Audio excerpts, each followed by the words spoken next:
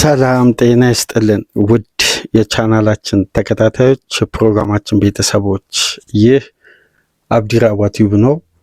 ፕሮግራማችንን ላይክ በማድረግ እንዲጀምሩ፣ አዲስ የሆናችሁ ሰብስክራይብ በማድረግ ለዚህ ቻናል ቤተሰብ እንድትሆኑ፣ እንዲሁም ይህንን ፕሮግራም ከሀገር ውጭ የምታደምጡ ውድ የቻናላችን ተከታታዮች የሁል ጊዜ ድጋፋችሁን በሱፐር ስቲከር፣ ሱፐር ቻት፣ ሱፐር ታንክስ ድጋፍ እንድታደርጉ በአክብሮት እየጋበዝን ከሰሞኑን ከሚነሱ ነጥቦች ለመወያያነት በሚዲያው በስፋት ከሚነሱ ጉዳዮች መካከል በቀጣይ ከ8 ቀናት በኋላ በይፋ የመስኮቱ የሚከፈተው የጥር የዝውውር መስኮት የትኛው ተጫዋች ወደ የትኛው ቡድን ሊዘዋወር ይችላል? በተለይ አንዳንድ ቡድኖች አስገዳጅ የሆነ ጥገናም ያስፈልጋቸው፣ አንዳንድ ቡድኖች ደግሞ ያላቸውን ጥንካሬ የበለጠ ዴብዙን የሚያሰፉበት ይሄ አጋጣሚ እንግዲህ በጉዳት በተለያዩ ጉዳዮች ባላንሳቸውን ላጡ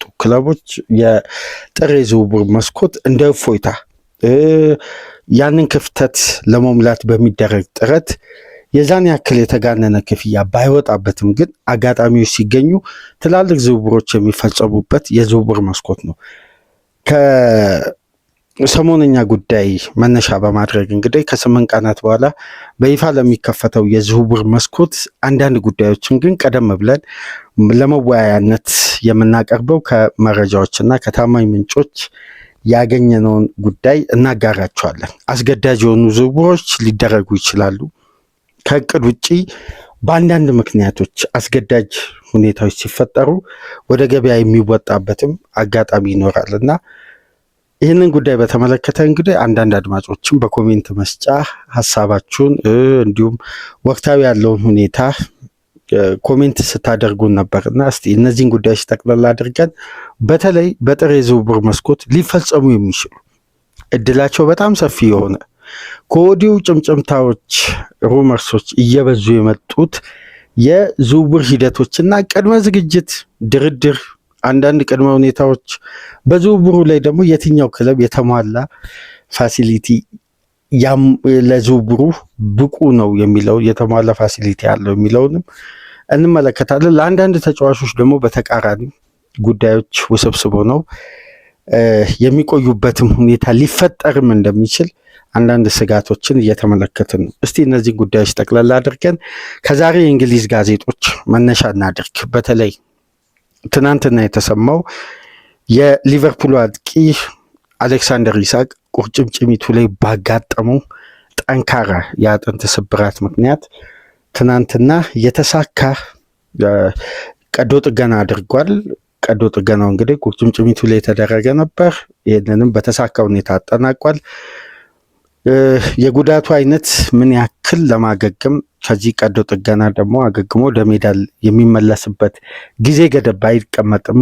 በዚህ ጉዳት ግን የተጠቁ ሰርጀሪ ያደረጉ የጉዳቱ መጠን አስከፊ የሆኑ ተጫዋቾች አሁን ላይ በሚዲያው ደረጃ በተዘገቡ ዘገባዎች መሰረት ከ3 እስከ 4 ወር ከሜዳ የሚርቁ ይሆናል። ይህንን ተከትሎ ኢሳቅ ምናልባት ከ3 እስከ 4 ወር ከሜዳ ሊርቅ የሚችልበት እድል እንዳለና ነገር ግን ፖል ጆይስም ጄምስ ፒርስም ሁሉም የሊቨርፑል ሪፖርተሮች በአትሌቲክስ ዘ ታይምስ እንደዘገቡት በፊት ገጽ በስክሪናችን ላይ እንደምትመለከቱት ከሚረር ጀምሮ የዛሬ ጋዜጦች ባተኮሩት መሰረት ተጫዋቹ በዘንድሮ ሲዝን ተመልሶ የመጫወት እድሉ በጣም ሰፊ እንደሆነ በድጋሚ ይሄ ሲዝን ተሟጦ ለኢሳቅ እንዳልተጠናቀቀና ከቀድሞ ከዚህ ጉዳት ጋር ተያይዞ በሚወጡ ሪፖርቶች ትኩረት ተደርጎ አንዳንድ ጉዳዮች ለማረጋገጥ እንደተሞከረው ከሆነ ከ3 እስከ 4 ወር ኢሳቅ ከሜዳ ይርቃል ማለት ነው። አሁን ባጋጠመው ጉዳት ከቶትናም ጋር ሊቨርፑል ያለፈው ሳምንት 2-1 ባሸነፈበት ጨዋታ የጨዋታውን የመጀመሪያ ግብ አስቆጥሮ በዛው እንቅስቃሴ ነው እንግዲህ አስከፊውንና ከባዱን ፋውል አስተናግዶ ከሚኪ ቫንደቬን ለዚህ አይነት ጠንካራ ሰርጀሪ ለረጅም ወራት ከሜዳ የሚርቀውን ጉዳት ያስተናገደውና አንድ ጉዳይ ሲጠበቅ ነበር። በዚሁ ወደ ዝውውር ትኩረታችን እንለፍ እስቲ። ዋነኛው ትኩረት በዚህ የጥር የዝውውር መስኮት የሶስት ትላልቅ ክለቦች ትኩረት የሚሆነው አንቷን ሴሜንዮ ነው። ኒኮላስ ትናንትና በስካይ ስፖርት የዝውውር ትንተናው ላይ አንድ ጉዳይ አንስቷል። ዴቪድ ኦርኒስተን በኤንቢሲ ማታ ተጋብዞ ሰፊ ትንተና ሰጥቶበታል። የዝውውር ኤክስፐርቶች ፋብሪዚዮ ሮማኖንም ጨምሮ የየራሳቸውን መረጃና የራሳቸውን ግምት አስቀምጠዋል በአንቷን ሴሜንዮ የዝውውር ሂደት ላይ። ትናንትና ማንዴይ ናይት ፉትቦል እንደነበር ታስታውሳላችሁ። ፉላምና ኖቲንጋም ፎረስት ያደረጉት በፉላም 1-0 በራውል ሂሜኔዝ ፍጹም ቅጣት ምት የተጠናቀቀ የመጨረሻ የፕሪሚየር ሊግ የዚህ ሳምንት ጨዋታ ትናንት ምሽት ተደርጓል። በዛም ወቅት እንግዲህ እረፍት ላይ ከጨዋታ በፊት ከጨዋታ በኋላ የጂሚ ካራገርም ትንተና ነበር። ይህንን ተከትሎ የአንቷን ሴሜንዮ ጉዳይ ላይ የተሰጠ የሁሉም የየራሳቸውን ግምት አስተያየት በዚህ ፕሮግራም እንመለከታለን። ምክንያቱም በዚህ ዝውውር ላይ ተቀዳሚ የተጫዋቹ ተደራዳሪ ሆኖ ባለፈው ኖቬምበር ወር ከተጫዋቹ ተወካዮችና ከክለቡ ጋር የመጀመሪያ ይሄ ቅድመ የመጀመሪያ ድርድር ኢኒሻል ድርድር አድርገው የትኛው ስቴጅ ላይ እንደደረሱ ሳይታወቅ ግን ኖቬምበር ላይ ግንኙነት ጀምረው አሁን ምን አይነት ስቴጅ ላይ እንደሚገኝ ባይታወቅም ግን ቀደም ብሎ ከተጫዋቹ ተወካዮችም ከክለቡ ኃላፊዎችም ጋር ከበርንማውዝ ጋር ድርድር ያደረገው ሊቨርፑል ነበር እና በዛም ወቅት ሊቨርፑል የተጫዋቹን ሪሊስ ክሎዝን ጨምሮ በተጫዋቹ በኩል ደግሞ ስለ ግል ጥቅማ ጥቅምና አንዳንድ ጉዳይ የሚያስፈልገውን ቅድመ ሁኔታ ካወቁ በኋላ በጉዳዩ ላይ ድጋሚ ድርድሮች ይኖሩ ምን አይነት ፖዚሽን ላይ እንደሚገኝ የሊቨርፑል ሁኔታ ግልጽ አይደለም። ይሄን ጉዳይ ኒኮላስ ሲያብራራ በስካይ ስፖርት የምሽቱ የዝውውር መስኮት የላይቭ ፕሮግራማቸው ላይ ልክ ሉዊስ ዲያዝን 2022 ሊቨርፑል ከቶትናም በጃንዋሪ ሲነጥቅ በሳመር ሉዊስ ዲያዝን የማስፈረም ቀደም ብለው እቅድ ስለነበራቸው ከተጫዋቹ ጋር የነበረው የመጀመሪያ ግንኙነት ለጥር የዝውውር መስኮት ሉዊስ ዲያዝን ከቶትናም ለመንጠቅ ላደረጉት ጥረት ትልቅ አቅም ትልቅ የራሳቸውን የድርድር ፓወር ለመጠቀም አስችሏቸዋል።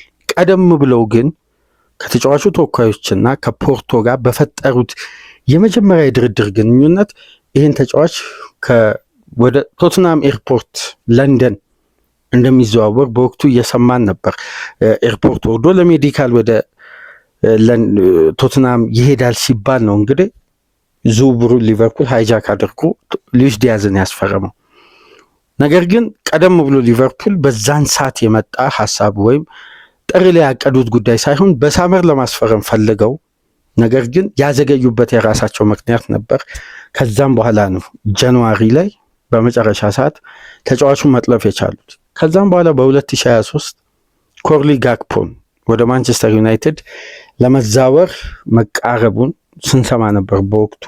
ነገር ግን መጨረሻ ላይ ገብቶ ዝውውሩን ጠልፈው ማስፈረም ችሏል። እነዚህን ጉዳዮች በማንሳት ኒኮላስ የራሱን ግምት ነው መረጃ ሳይሆን ከዚህ ቀደም ሊቨርፑሎች ካደረጉት የዝውውር ቴክኒክ ጋር በተያያዘ ይህን ጉዳይ ሊጠቀሙ ይችላሉ የሚል የራሱ ግምት አለ። በተለይ ደግሞ ተጫዋቹ በሊቨርፑል በጥብቅ መፈለጉን ቀደም ብሎ ያውቋል። ምክንያቱም ኖቬምበር ላይ ሊቨርፑሎች ይህን ተጫዋች በቀጥታ ኮንታክት እንዳደረጉት ማረጋገጫ አግኝቻለሁ ይላል። ይህንንም ጉዳይ ዴቪድ ኦርኒስተንም ፋብሪዚዮም አረጋግጠዋል። አንደኛው ይሄ ነው እና ከቀድሞ የሊቨርፑል የጥር የዝውውር መስኮት የክንፍ ተጫዋቾችን የማስፈረም ኤክስፒሪየንስ መነሻ በማድረግ ሁለተኛው ነጥብ ግን የአሌክሳንደር ኢሳክ ጉዳት፣ የኮርሊ ጋክፖ ጉዳት፣ መሐመድ ሳላ ወደ አፍሪካ ዋንጫ መሄድ እንዲሁም የሊቨርፑል የፊት መስመር አማራጭ በአንድ ሂጎ ኤኬቲኬ ላይ ጥገኛ መሆኑ፣ በሁለተኛ አማራጭነት አሁን በዋና ቡድን ውስጥ የሚገኘው ፍሬድሪኮ ኬዛ ነው። አነስተኛ ኤክስፒሪየንስ እና የአካዳሚ ውጤት የሆነው ሪዮ ኖጎሞሃ ነው። ስለዚህ ሊቨርፑል ሴሜንዮ ላይ ሲሪየስ ሆኖ ዝውውሩ ላይ ሲከፈት የመምጣቱ ጉዳይ የማይቀር ነው ይላሉ ሁሉ። ግን አሁን ዳር ላይ ሆኖ ጉዳዩን እየተመለከተ ነው። ልክ እንደ ዲያዝ እና እንደ ጋክፖ ዝውውር ይላል። ይህንን ነጥብ ከሶስቱም የዝውውር ኤክስፐርቶች ማድመጥ ችለናል። ምሽት ላይ በየራሳቸው የኤክስ ገጽ ገብታችሁ ሰፋ ያለውን ትንተና ማድመጥ ትችላላችሁ። የዴቪድ ኦርኒስተን እንደውም በጣም ጥልቅ ነው። ስለ ኖቬምበሩ ግንኙነት ግን በጣም ያሰምራል እየደጋገመ። አሁን ሲቲ እና ማንቸስተር ዩናይትድ በሴሜንዮ ዝውውር ላይ ጠንካራ ፈላጊዎች ናቸው።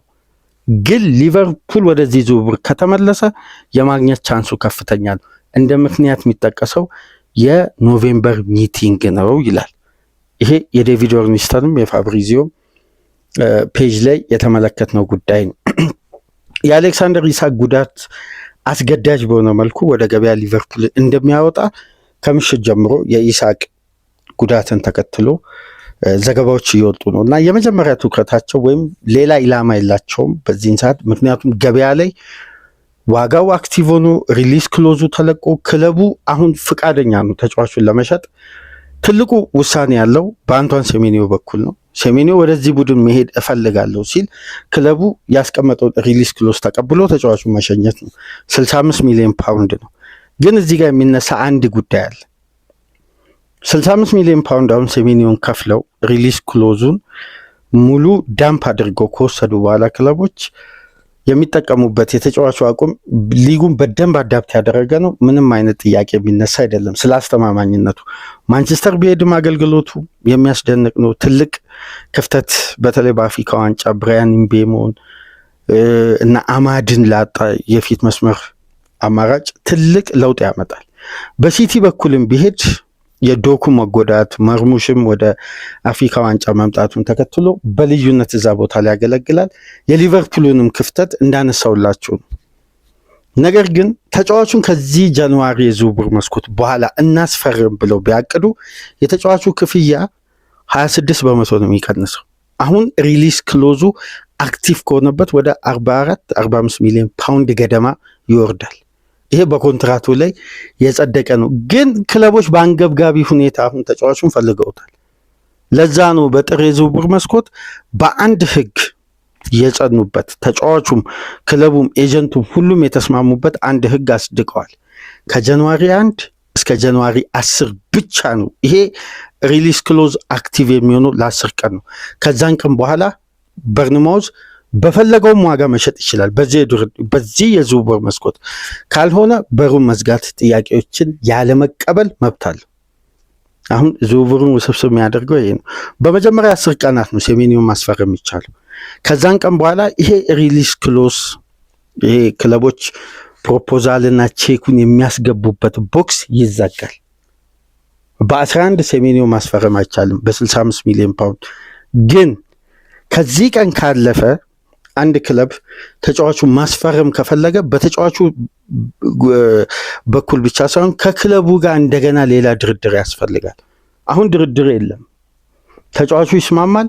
ያ የተስማማው ክለብ አምጥቶ አክቲቭ የሆነውን ሪሊስ ክሎዝ 65 ሚሊዮን ፓውንድ ከፍሎ መውሰድ ነው በመጀመሪያ 10 ቀናት። ከዛን ቀን በኋላ ያለውን ግን ክለቡ ለምሳሌ 80 ሚሊዮን ፓውንድ የማለትም መብት አለው።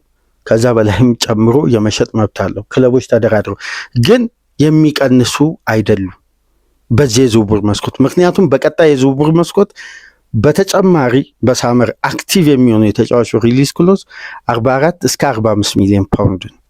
ስለዚህ ተጫዋቹ መጥቶ የሚደፍነውን ክፍተት ስናስብ አስፈላጊነቱ ምንም አይነት ጥያቄ የለውም።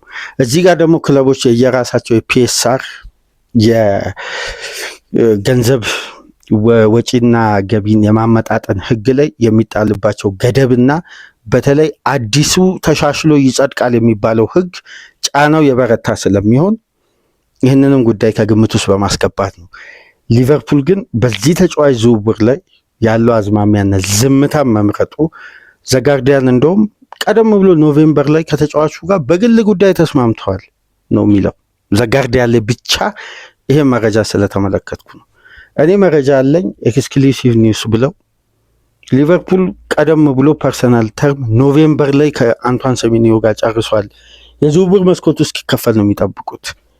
አስፈላጊነቱ አንገብጋቢነቱ አሁን ኢሳክ ስለተጎዳ ብቻ ሳይሆን የረጅም ጊዜ የመሐመድ ሳላ ተተኪ ማድረግ ስለሚፈልጉና የተጫዋቹን ክፍተት በአግባቡ ለረጅም ጊዜ በታቀደ መልኩ ይሄን ጋናዊ ተጫዋች የማስፈረም እቅድ ይዘዋል ነው የሚለው እና የማንቸስተር ሲቲ ጠንካራ ፈላጊ መሆን፣ ማንቸስተር ዩናይትድ በቦታው ላይ የሚታየው ጉዳት፣ ተጫዋቾች ወደ አፍሪካ ዋንጫ መሄዳቸውን ተከትሎ በአንገብጋቢ ሁኔታ ይህን ተጫዋች ይፈልጉታል። አሁን የሶስት ፈረሶች እሽቅድምድም ነው እና ከወዲሁ ይሄ ጉዳይ በነገራችን ላይ አንድ ነገር እርግጠኛ ነው ለመናገር ሴሜንዮ በዚህ የዝውውር መስኮት በርንማውዙን መልቀቁ አይቀርም። የሆነ የዝውውር አንድ አጋጣሚ ተፈጥሮ ዝውውሩ ውድቅ ካልሆነ በቀር አሁን ላይ ባለው ሁኔታዎች ስንመለከት በጃንዋሪ የመጀመሪያ ሊዘዋወር የሚችለው ተጫዋች ሴሜንዮ ነው። ወደ የትኛው የኖርዝ እንግሊዝ ክለብ እንደሚመጣ አይታወቅም፣ ግን ከሶስቱ አንዱ ላይ ማረፉ የማይቀር ነው። አሁን በግል ጉዳይ የተጫዋቹ ውሳኔ በዚህ ሳምንት ይታወቃል ተብሏል። እስቲ ውሳኔውን ካሳወቀ ያ ክለብ በይፋ ተጫዋቹን ቀደም ብሎ ዲሴምበር ውስጥ እያለን ዝውውሩን ያጠናቅቃል። ከዛን ጃንዋሪ እንደተከፈተ በይፋ የራሱ ተጫዋች መሆኑን ሬጂስተር ያደርጋል ማለት ነው። ግን ካለው ክፍተት፣ የጉዳት ሪከርድ፣ የተጫዋቾች ኳሊቲ እጦትና እጥረት ስናይ የማንቸስተር ዩናይትድ እና የሊቨርፑል ክፍተት ከሲቲ በላይ በጣም የበረታና አንገብጋቢ ጉዳይ ይመስላል። የዩናይትድም ጉዳት መበራከት፣ በቦታው ላይ ያሉ አማራጮች ወደ ሌሎች ውድድሮች መሄድ አሳሳቢነቱን ከፍ አድርጓል። በተመሳሳይ ሊቨርፑል ቤትም እንዲህ አይነት ችግር ተፈጥሯል። ስለዚህ የትኛው ክለብ ተጫዋቹን በሁሉም ነገር አስማምቶ የግሉ ያደርጋል? አብረን በጋራ በጥር ከምንመለከታቸው የዝውውር ሂደቶች መካከል አንዱ ይሄ ነው።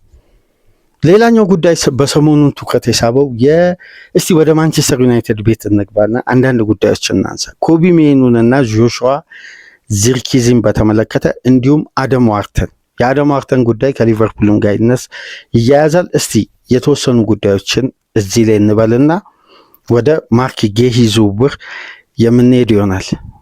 የመጀመሪያው ጉዳይ ኮቢ ሜኑ ነው። የኮቢ ሜኑ ጉዳይ በዚህ የጥር የዝውውር መስኮት ሊፈታ እንደሚችል ሲጠበቅ ነበር። እንደውም ከበርንማውዙ ጨዋታ በኋላ ከተመለከታችሁ የተጫዋቹ ወንድም ፍሪ ኮቢ ሜኑ የሚለውን ቲሸርት ለብሶ በሜዳ ውስጥ ከታየ በኋላ አሰልጣኙም እንደ ሩኒና እንደ ሮናልዶ ለዚህ ቡድን መታገል አለበት የሚል አስተያየት ከሰጡ በኋላ ጉዳዮች እንግዲህ በሚዲያው በኩል እንዴት እንደጦዙና እሳት እንዳስነሱ ስንመለከት ነበር። ተጫዋቹ በዚህ የጥር የዝውውር መስኮት የመልቀቅ ቻንሱ እንደውም በአንድ አቋማሪ ካምፓኒ የመልቀቅ ቻንሱ በጣም ከፍ ከማለቱ የተነሳ ሜኑ በማንቸስተር ይቆያል የሚለው ኦዱ በጣም ትልቅ ነው። ሜኑ ከማንቸስተር ይለቃል የሚለው ደግሞ ኦዱ በጣም ትንሽ ነው እና የመልቀቅ ቻንሱ በጣም ሰፊ ነበር። ነገር ግን አሁን ሁለት አይነት ጉዳይ ተፈጥሯል። ማንቸስተር ዩናይትድ ብሩኖ ፈርናንዴስ ከ4 እስከ 6 ሳምንት በሃርምስትሪንግ ምክንያት ተጫዋቹን ሊያጣ እንደሚችል ከወዲሁ ትላልቅ ዘጋቢዎች እያወጡ ነው። ካጋጠመው የሁለተኛ ግሬድ 2 ሃርምስትሪንግ ስለሆነ ከ4 እስከ 6 ሳምንት ከሜዳ የመራቁ ዕድል በጣም ሰፊ እንደሆነ እየተዘገበ ነው። የካሰሜሮ ዕድሜ አለ፣ የኡጋርቴ ብቃት አለ። ስለዚህ አሰልጣኙ ታክቲካሊ በማይኑ ላይ ያላቸው እምነት ዝቅተኛ ቢሆንም አስገዳጅ የሆኑ ሜኑን የማሰለፍ ግዴታ ውስጥ ሊገቡ ይችላሉ። ነገር ግን ተጫዋቹ መጠነኛ የባት ጉዳት አጋጥሞታል። ለቀጣይ ጨዋታዎች ሪከቨር ያደርጋል ተብሎ ይጠበቃል። ግን ሜኑ በዚህ የዝውውር መስኮት ለመልቀቅ ያሳየው ፍላጎት ግን የተለየ ነው። እንዳለፉት ጊዜያት አይደለም። ዝምታን አልመረጠም፣ ጫና አድርጓል። በተለይ ይሄ ጉዳይ እንደምታስታውሱት አድማጮች የኮንትራቱ ጉዳይ ላይ ተጫዋቹ የጠየቀው ደሞዝ የጠየቀው የኮንትራት መጠን የዩናይትድ ኃላፊዎችን አላስደሰተም። አሞሪምም ታክቲካሊ ተጫዋቹን ለማሰለፍ ፈቃደኛ አይደለም። እነዚህ ሁለት ጉዳዮች እንግዲህ ሜኑን ገፍቶታል፣ ከዩናይትድ ውጪ እንዲመለከት አስገድዶታል። ተጫዋቹ ፈልጎ አይደለም፣ ሁኔታው አስገድዶት ነው። ቼልሲ ይሄን ጉዳይ በጣም በቅርብ ርቀት እየተመለከተ ነው። በተመሳሳይ ቪላ። ነገር ግን ሁለቱም ክለቦች በአንድ ጉዳይ ተወጥረዋል፣ የፒኤስአር ህግ። ቼልሲ በፒኤስአር ጤናማ የሂሳብ መዝገብ ቢኖረውም ግን አማካይ ክፍል ላይ ያሉት አማራጮች ያሉ ተጫዋቾችን ከግምት ውስጥ በማስገባት ነገር ግን የብሉኮም ፕሮጀክት ሜኑን አምናት አስታውሱ እንደሆን ልክ በጃንዋሪ የዝውውር መስኮት ጋርናቾንም ሜኑንም ለማስፈረም ከፍተኛ ገንዘብ ለዩናይትድ ለማቅረብ ተዘጋጅቶ ዩናይትድ ሙሉ በሙሉ ዝውውሩን ብሎክ እንዳደረገ እናስታውሳለን። አሁን ቼልሲዎች በድጋሚ በውሰት ውል ነገር ግን የቋሚ ውል ተካቶበት ለማስፈረም ካልሆነ ደግሞ ለተጫዋቹ አሁን ላይ የኮንትራት ማፍረሻ ከዩናይትድ ጋር ተደራድሮ ለመክፈል ቅድመ ዝግጅት ቼልሲዎች እያደረጉ ነው። የብሩኖ ፈርናንዴዝ መጎዳት፣ የካሴሜሮ እድሜ፣ የኡጋርቴን ብቃት ከግምት ውስጥ ያስገቡት ማንቸስተሮች አሞሪም ባያምኑበትም ተጫዋቹን አቆይተው ለመጠቀም ሊገደዱ ይችላሉ። ግን በተጫዋቹ ወገን በኩል ያሉ ተደራዳሪዎች የሚያነሱት አንድ ትልቅ ጉዳይ አለ። የተጫዋቹ በፖዚሽኑ ላይ ስላለው ዋስትናና ከፊት ለፊቱ እየመጣ ያለው የዓለም ዋንጫ አጋጣሚ በእንግሊዝ ብሔራዊ ቡድን ሜኑ ወደ ሌላ ቡድን ቢዘዋወር ያንን ቦታ የማስከበር አቅም አለው ብለው ስለሚታመኑ፣ ይሄም ደግሞ ምንም ጥያቄ የሚነሳበት ጉዳይ አይደለም። የትኛውንም ቡድን ቢሄድ በአግባቡ ቤስት ሆኖ ማገልገል እንደሚችል የተጫዋቹ ስታንዳርድና ኳሊቲ በእጅጉ ዩናይትድ ቤት ተመልክተናል። ታክቲካሊ ግን አሞሪም ሊያምኑበት አልቻሉም። ስለዚህ የተጫዋች በጥር የዝውውር መስኮት ይለቃል አይለቅም በሚል ውሳኔ ውዝግብ በየቀኑ የጋዜጦች የፊት ገጽ መሆኑ የማይቀር ነው። የሜኑን ጉዳይ ግን ትኩረት አድርጉበት። የመልቀቅ እድሉ የመቆየቱን ያክል ሰፊ ነው። አሁን ሁለቱም 50-50 ነው። ማንቸስተር ዩናይትድ ትላልቅ ሪስኮችን ሊወስድ ይችላል። ግን ማንቸስተር ኢቪኒንግ ዛሬ ይዞ በወጣው ዘገባ መሰረት ሩቢን ኔቨስ እና የሲሞኔ ኢንዛጊ አልሂላል የሚገኘው ሩቢን ኔቨስ ፖርቱጋላዊው አማካይ ቀድሞ የወልቭስ አማካይንና የአትሌቲኮ ማድሪድን ኮነር ጋላገርን ለማምጣት ማንቸስተር ዩናይትዶች ቅድመ ዝግጅት እያደረጉ ነው። ያውም አንዱን ተጫዋች አይደለም በአማራጭ ነው፣ ሁለቱንም ለማምጣት ነው። የሩቢን ኔቬስ በ2 ዓመት ኮንትራት፣ በተመሳሳይ ኮነር ጋላገርን በ3 ዓመት ኮንትራት ለማምጣት ቅድመ ሁለት አማካይ በጥር ዝውውር መስኮት በአንዴ ዩናይትድ የሚያመጣ ከሆነ ሜኑ በተቃራኒ መልቀቅ እድሉ የዛን ያክል ሰፊ ነው ማለት ነው። ስለዚህ የሜኑ ጉዳይ በጥር የዝውውር መስኮት መፍትሄ ያገኛል ተብሎ ይጠበቃል። ተጫዋቹ ሊለቅ የሚችልበት እድል በጣም ሰፊ ነው። ሊቆይም ይችላል አግባብተውት፣ ነገር ግን ዋስትና ይፈልጋል፣ የቋሚነት ዋስትና። አሰልጣኙ ደግሞ ለቦታው መታገል አለበት። እንደ የትኛውም ፕሮፌሽናል ተጫዋች ነው የሚሉት። እንግዲህ አሞሪምን እያደነቅም በሜኑ በኩል ግን የያዙበት መንገድ አሞሪምን ሊያስወቅስ ይችላል። ምክንያቱም የሜኑ አይነት ቴክኒሻል አማካይ የእንግሊዝ ብሔራዊ ቡድን ከስንት ጊዜ አንዴ የምታመርተው ምርጥ እኮ የአማካይ ስፍራ ተጫዋች ነው እና ይሄ ወጣት ተጫዋች ትሪት እያደረጉ የቆዩበት መንገድ አግባብ ነው ብለን ባናስብም፣ ግን ይሄ ተጫዋች ባደገበት ክለብ ልክ እንደ በፊቱ ከፍ ብሎ ራሱን ቢያሳይ የበለጠ ይመረጣል። ካልሆነ ደግሞ ለተጫዋቹ ሕይወት ታሳቢ ተደርጎ ደግሞ በሌላ ክለብ ይሄንን ብቃቱን የበለጠ አውጥቶ ቢጠቀም ጥሩ ነው የሚል የራሳችን እምነት አለን። እዛው ማንቸስተር ቤት ስንቆይ የጆሹዋ ዚርክዚን ጉዳይ እናገኛለን። ይሄ ተጫዋች በግል ጉዳይ ከሰሞኑን ከሮማ ጋር መስማማቱን ቱቶ ስፖርትም፣ ላጋዜጣ ዴሎ ስፖርትም፣ ሁሉም ኮሪያ ዴሎ ስፖርትም እየዘገቡ ነው የሚገኙት። የጣሊያን ተነባቢ ጋዜጦች ሮማ አነጣጥሯል ዚርክዚ ላይ። ነገር ግን ማንቸስተር ዩናይትዶች በዚህን ሰዓት ዚርክዚን በውሰትም ሆነ በቋሚ ውል ይሸጣሉ ወይ? ብራያን ምቤሞ ሄዷል። ከፊት መስመር በኩል የተጫዋቾች ጉዳት አለ። አሁን በቂ ጥይት አሞሪም እያገኙ አይደለም። ጥሩ ባካፕም የላቸውም። ስለዚህ በዚህን ሰዓት ሪስክ አሁን እያንዳንዱ ፖዚሽን ላይ ካያችሁ አማካይ ክፍል ሜኑ ለመልቀቅ ሲፈልግ የዩናይትድ የአማካይ ክፍል አማራጭ በጉዳትና በካርድ ምክንያት እንዲህ ሲሳሳ፣ በኡጋርቴ ብቃት ምክንያት እንዲህ ሲወርድ፣ በፊት መስመር በኩል ደግሞ ያሉ ተጫዋቾች ወደ አፍሪካ ዋንጫ እንዲሁም በጉዳት ምክንያት ወጣ ገባ ሲሉ እየተመለከትን አሁን ሌላ ሁለቱም ፖዚሽኖች ላይ ሁለቱም ተጫዋቾች መልቀቅ ተተኪያቸውን ሳያዘጋጁ ሪስክ አለው።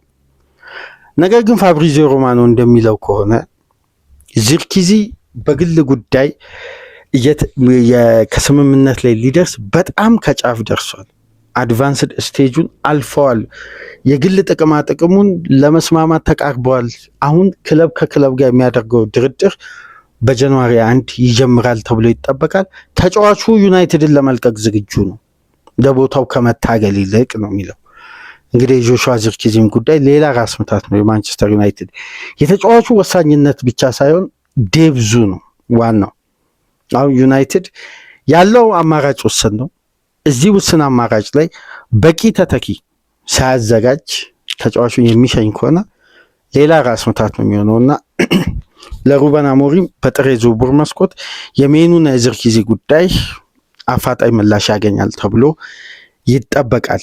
ጠቅለል ስናደርግ የበርካታ ክለቦችን ከማድሪድ እስከ ሊቨርፑል እስከ ማንቸስተር ድረስ በእጅጉ የሚፈለገው አደም ዋርተን በጥር ዝውውር መስኮት አይለቅም። ይህን ጉዳይ በነገራችን ላይ በብዙ መመዘኛዎች ካየን አደም ዋርተንን በጥር ዝውውር መስኮት ማስፈረም አንድ ክለብ የሆነ ተአምር ካልፈጠረ በስተቀር በጣም ከባድ ነው። የአደም ዋርተን ስም ከማንቸስተር ዩናይትድ ጋር ረጅም ጊዜ እያያዛል፣ የሆነ ሰዓት ከሊቨርፑል ጋር እያያዛል። ዲፌንሳ ሴንትራል የሚባለው ደግሞ የማድሪድ የመልበሻ ክፍል ውስጥ አዋቂ የሚባለውም ጋዜጣም እኔ ከውስጥ መረጃ አለኝ ብሎ አደም ዋርተን የማድሪድ ሁሉም የየራሳቸው ዕለታዊ ተነባቢ ጋዜጣ የከተሞች ይህን ጉዳይ ይዘግባሉ። ግን ጉሂ ሊለቅ የሚችልበት እድል ሰፊ መሆኑን ተከትሎ በኮንፈረንስ ሊግ በሊግ ካፕም ሆነ እንዲሁም በፕሪሚየር ሊጉ የያዙበትን መንገድ በአንዴ በጥር ዝውውር መስኮት ምንም እንኳን ሻጭ ክለብ ቢሆንም ፓላስ ሁለቱን ተጫዋቾች ያጣል ተብሎ አይገመትም። ግን በአደም ዋርተን ጉዳይ አንድ አጋጣሚ ክለቦች ሊጠቀሙ ይችላሉ። ፓላስ በዚህን ሰዓት የሚፈልገው ጥር ላይ አንድ ክለብ ማስፈረም ከፈለገ 72 ሚሊዮን ፓውንድ ነው። ነገር ግን በሳመር የዝውውር መስኮት 62.5 ሚሊዮን ፓውንድ ነው። ሰፊ ልዩነት አለው። አሁን ክለቦች በአንገብጋቢ ሁኔታ አማካይ ክፍል ሊቨርፑልም ማንቸስተር ዩናይትድም እንደሚያስፈልጋቸው ግልጽ ነው። በተለይ የአደም ዋርተን አይነት ቴክኒክ ግን ለምሳሌ ሊቨርፑል ለሴሜኒዮ 65 ከፍሎ እንደገና 72 ሚሊዮን ፓውንድ ለአደም ዋርተን ይከፍላል ተብሎ አይጠበቅም። ምክንያቱም የፈለገ ከፍተኛ ገንዘብ ባለፈው ሳመር ወደ ግማሽ ቢሊዮን ፓውንድ አካባቢ ኢንቨስት ቢያደርግም ከተጫዋቾች ሽያጭ ግን ያንን ከፍተኛ ወጪን በጣም ባላንስ ማድረግ ችለዋል። ከግማሽ በላይ የዛን ያክል ከተጫዋች ሽያጭ አግኝተዋል። ነገር ግን በጥር የዝውውር መስኮት እንደ ክለቡ እቅድ ከሆነ አንድ ተከላካይ፣ አንድ አማካይ፣ አንድ የክንፍ ተጫዋች አቅደዋል ይላል ኒኮላስ። ግን እንደዚህ አይነት የሶስት ተጫዋቾችን ዝውውር ጥር ላይ ሊቨርፑል ሲፈጽም በባህሪው አልተመለከትንም። አስገዳጅ የሆነ የጋራ ስምምነት ካለ ከአሰልጣኙም ጋር ከቴክኒክ ዳይሬክተሮቹም ጋር ካለ እነ ኤድዋርድ በተቀላጠፈ ሁኔታ ሊያስፈርሙ ይችላሉ። ግን የአደም ዋርተን ዝውውር የመሳካት እድሉ ከ10 3 ወይ 4 ነው። በጣም ዝቅተኛ ነው እና ዋርተን በጥር የዝውውር መስኮት ይዘዋወራል ከሚለው ጉዳይ ይልቅ በቀጣይ ሳመር 100% የመልቀቅ እድሉ ሰፊ ነው። አሁን ላይ የክለቦች ጥረትና ገፍቶ የመሄድ አቅም የፓላስ ሻሽ ክለብ ሆኖ በተለይ ስቲቭ ፔሪች በማንኛውም ሰዓት ተጫዋቾች በአግባቡ ገንዘብ ይቅርብላቸው እንጂ አንስቶ ለመሸጥ ወደኋላ አይሉ። ነገር ግን ኦሊቨር ግላስነር ይስማማሉ ወይ? ያለፈው ሳመር የተፈጠረውን ታስታውሳላችሁ። የማርክ ጌሂን ጉዳይ ጌሂን ከሸጣችሁ እኔም ከክለቡ ለቃለሁ ብሎ ቀጥታ ይሄ ማስፈራሪያነት ያዘለ ትዕዛዝ ነው የሰጡት ለስቲቭ ፔሪች እና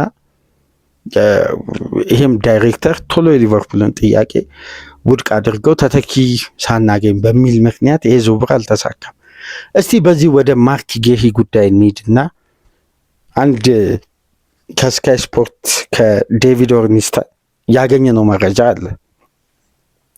ማርክ ጌሂ በጥር የዝውውር መስኮት የመልቀቅ ዕድሉ መጀመሪያ ኦክቶበር ላይ ብትጠይቁኝ አለ ዴቪድ ኦርኒስተን። የኤንቢሲውን የ15 ደቂቃ ቪዲዮ በሱ ቻናል ገብታችሁ መመልከት ትችላላችሁ በኤክስ ገጽና ኦክቶበር ላይ ብትጠይቁኝ ጌሂ በጥር ይለቃል ወይ ብትሉኝ አይመስለኝም ልል እችላለሁ። በኖቬምበርም በዲሴምበርም ይሄን መልስ በዲሴምበር መጀመሪያ ልመልስላችሁ እችላለሁ። አሁን ግን እርግጠኛ ለመሆን አልችልም። ሊለቅ የሚችልበትም እድል አለ። ከሰሞኑን ከወቅታዊ ብቃት ከሚታዩ ከፍተኛ ክፍተቶች ጋር ተያይዞ ሊቨርፑሎች አስገዳጅ የሆነ የጌሂን ያለፈው ሳመር ያቀረቡትን አይነት ወደ 20 እስከ 25 ሚሊዮን ፓውንድ ለማቅረብ ቅድመ ዝግጅት በድጋሚ አድርገው በተለይ ደግሞ በሁለቱ ወገኖች መካከል ጀንትልሜን አግሪመንት አለ፣ የጋራ ስምምነት በማን በጉይና ሊቨርፑል መካከል። ማንቸስተር ሲቲም የተጫዋቹ ፈላጊ ነው። ነገር ግን ጉሂ ላይ ሊቨርፑል ጠንክሮ የመምጣቱ ጉዳይ በጥር የማይቀር ነው። ይሄን የውድድር ዓመት እናሳልፍ ብለው ቢያስቡ እንኳን ቀጣይ ዓመት ተጫዋቹ ፍሪ ኤጀንት ስለሚሆን በርካታ ፉክክሮች ስለሚኖሩ ቢዲንግ ዋር ውስጥ በደሞዝ ክፍያ መግባት አይፈልጉም። አሁን ላይ ለተጫዋቹ ቀደም ብለው የግል ስምምነት ከተጫዋቹ ወገን በኩል ስላላቸው ያንን አጋጣሚ ተጠቅመው፣ ምክንያቱም ጌሂ ታስታውሳላችሁ በለንደን የሚገኝ የሊቨርፑል ሌላኛው ኦፊስ ተገኝቶ የሊቨርፑሉ መለያ ለብሶ የሊቨርፑልን ቱታ አድርጎ ሜዲካሉን አጠናቆ ያችን ቦክስ በስምምነት ጌሂን ኮንትራት አፍርሰናል የምትለዋል ፊርማ ስቲቭ ፔሪች ፈርመው ወደዛ ቦክስ ለማስገባት ሲጠበቁ ነው ውድቅ ያደረጉት እንጂ ጌሂ የሊቨርፑል ንብረት ሊሆን በፓላስ ለተጫዋቾች ለደጋፊዎች የሚተላለፉላ ቪዲዮሹ ተቀርጾ ሊቨርፑል ሲመጣ የመጀመሪያ ይሄ ቪዲዮዎች ከመጀመሪያ ጀምሮ የሚለቀቀው ላይ የሊቨርፑልን ማሊያ ለብሶ ጭምር በለንደን የሚገኘው ኦፊስ ውስጥ ሁሉንም ቅድመ ሁኔታ አጠናቆ ያንን ፍቃድ እየጠበቀ ያለ ነው። ሰዓቱም አለቀ፣ ዝውውሩን ብሎክ ተደረገ። በፓላስ የተጫዋቹን ተተኪ አለማግኘቱን ተከትሎ ዝውውሩ ተቋረጠ። ይሄ ቅድመ ስምምነቱ በተጫዋቹና በሊቨርፑል መካከል ያለው አልተቋረጠም፣ እንዳለ አየር ላይ ነው። ይህን ተጠቅመው በድጋሚ ወደ ገበያ ተጫዋቹን ለማምጣት ከስቲቭ ፔሪሽ ጋር ሊቨርፑል ድርድሮች። ስለዚህ ማንቸስተር ሲቲ፣ ሊቨርፑል ከፍተኛ የቤት ስራ በጥር የዝውውር መስኮት ይጠብቃቸዋል። ሌሎች ክለቦች ቼልሲ በኮቢ ሜኑ እና አንድ ተከላካይ ማስፈረም እድል እንዳለው እየተጠቀሰ ነው።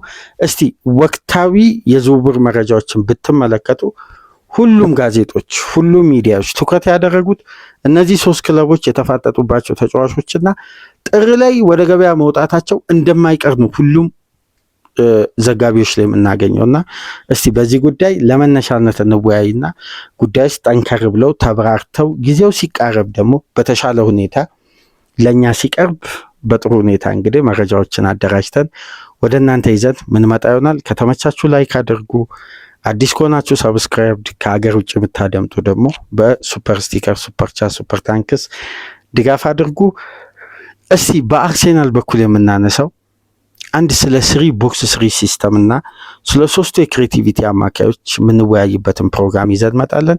በምሽቱ የአፍሪካ ዋንጫ ጨዋታ መሐመድ ሳላና ኡመር መርሙሽ ግብፅን ከሽንፈት የታደጉበት ግብፅ የመጀመሪያ ምድብ ጨዋታ በድል የጀመረችበት 2-1 ዚምባብዌን በማሸነፍ ያሳካቸው የመጀመሪያውን 90 ደቂቃ በተመለከተ አጭር ቆይታ እናደርጋለን። በእነዚህ ሶስት ፕሮግራሞች ነው ከእናንተ ጋር ዕለተ ማክሰኞን የምናሳልፈው። በአርሴናል ፕሮግራም እስከምንመለስ ድረስ ሰላም ቆዩ።